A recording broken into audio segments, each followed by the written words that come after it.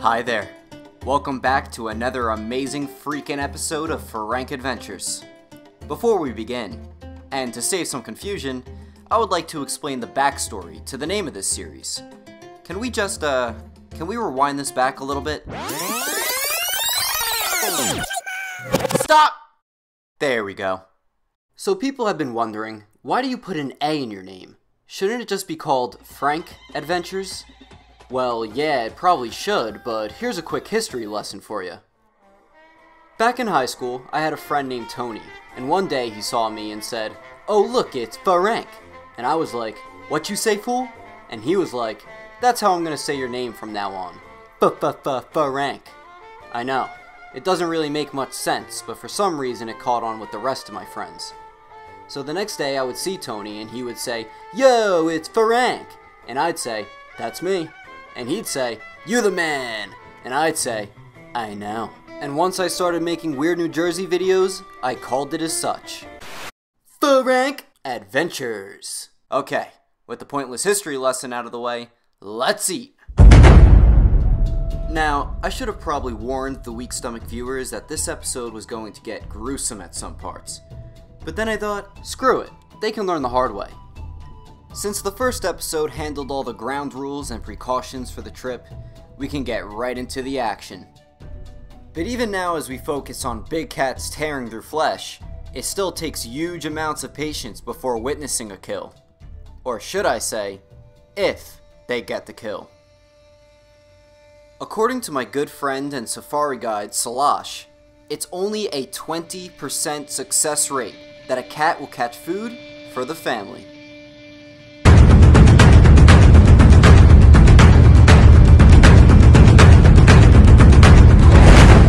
Unfortunately for this lioness, she was a part of the other 80%. Now some of you are probably saying, "Damn, I wish that lion killed that topi." And the other half of you are probably saying, "No, don't kill the innocent animal." Which brings me to my next point. I don't really understand why most people would want to root for the prey rather than the hunter succeeding. I mean, it takes time and effort to put food on the table. Meanwhile, these vegetarians can just pick and choose the grass they eat when they want and where they want. Nothing against vegetarians, they're great, yeah, they're good people. Are you more of a dog person or a cat person? It depends on what context you're talking about. Out there, Right. everybody likes cats. Mm. But if you're talking about domestic, Right. I love dogs. I love my dogs. I really love them. And it's interesting to watch cats in the wild. Yes. They're smart, they're stealthy, they're dangerous, they're strong, they are good looking.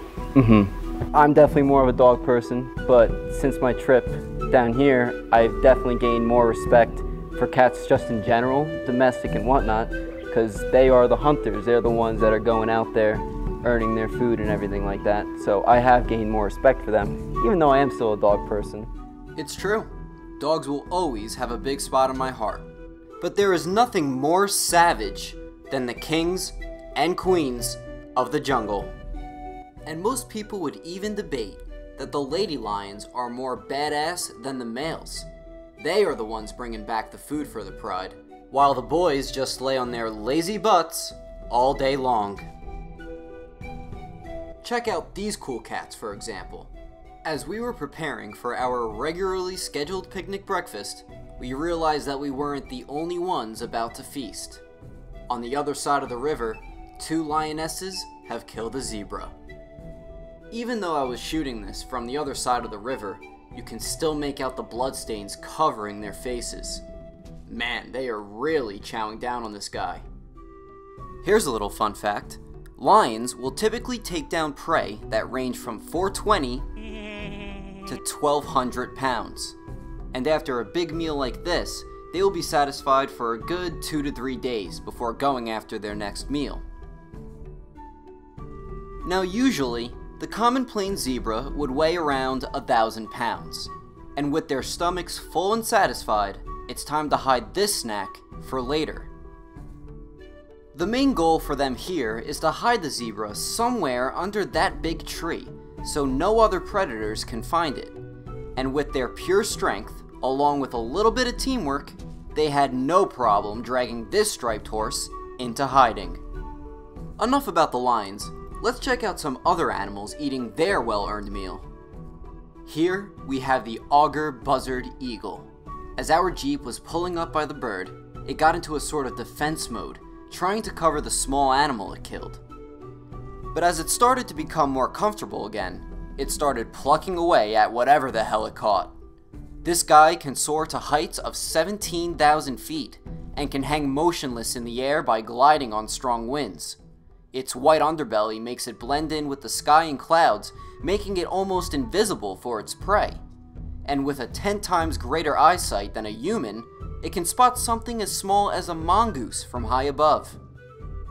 Just look at his legs. You can tell that this bird definitely never skips leg day. You see what I did there? Alright, anyway, moving on. During one of our safaris, we heard the squealing of a warthog, so obviously we went to go check it out. And since hyenas were running towards something nearby, we knew we were heading in the right direction. And eventually, we found what we were looking for. Here we have a leopard that's cleaning off the blood from its paws after killing the warthog. It decided to climb up the tree with poor Pumbaa so the hyenas can't get to the both of them. You can probably notice how out of breath this cat is from all the chasing, killing, and climbing it had to do just for a little snack. And with the hyenas sticking around the wild down below, this cat isn't moving anywhere anytime soon. So with time to waste, it decided to pose for the camera for a little bit as we got some awesome shots. Little fun fact, I have this shot as my screensaver. And eventually, it went back to eating its well-earned meal. Unfortunately, I couldn't catch the dead pig on camera, but I'm sure some of y'all are happy about that anyway. Let's come back to these guys for a second. Like Slosh was saying before, these cats are stealthy and dangerous, which makes them perfect hunters. And like I said before, it takes time and effort to achieve the actual kill. But some animals would rather skip the hard work and just wait for the leftovers.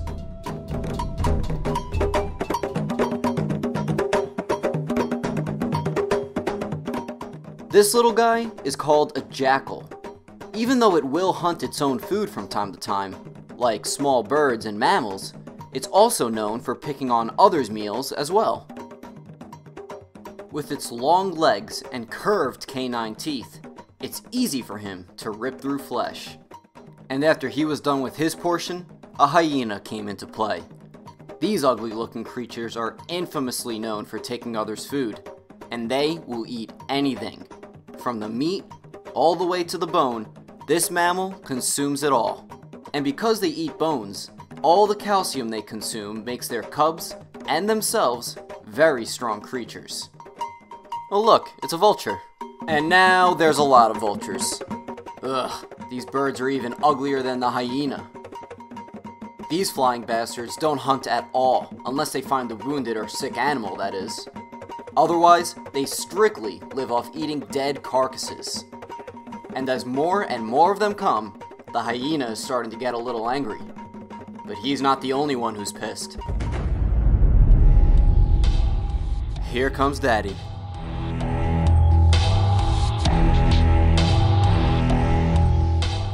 As the lion begins to pick up his pace, the hyena makes the smart move by getting the hell out of there.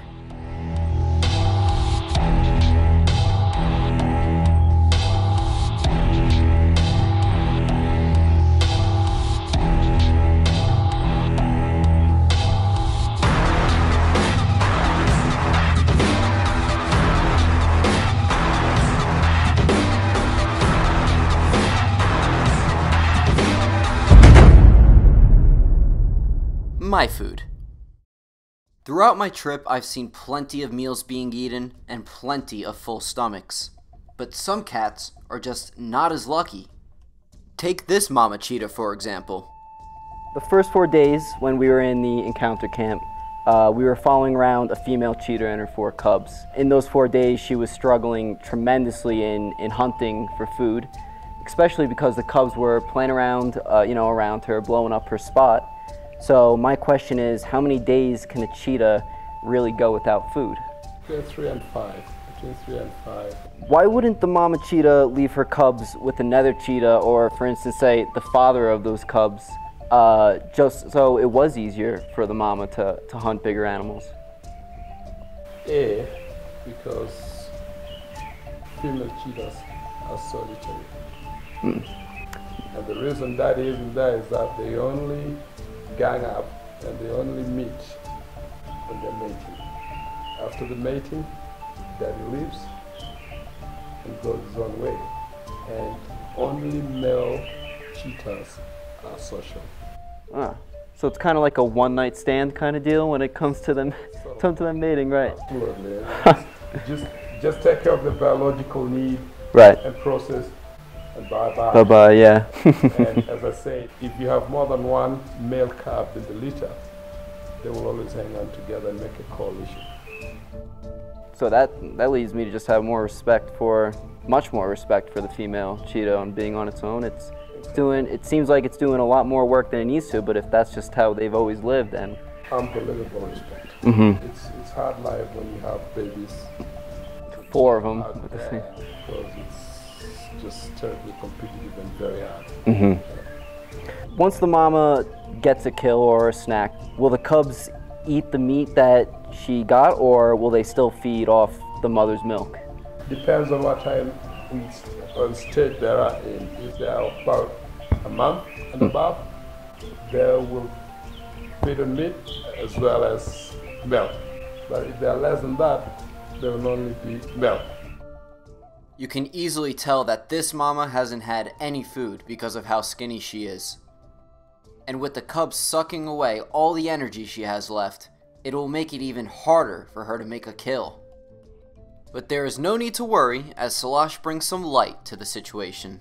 So I think while it didn't look like it ate food and we didn't see it, it might have been getting an occasional snack. Just to keep it going for the time being. Exactly.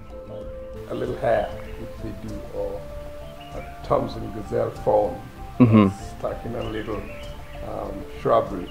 Right. And we didn't see it doing that, but maybe it did. However, we stayed there for 4 nights. We don't know what happened in the 5th day. Right. Yeah. Yep, so the struggle is real out here in the bush. But all we can do is hope for the best for Mama and her babies. On the next episode of FARANK Adventures. Bonkers.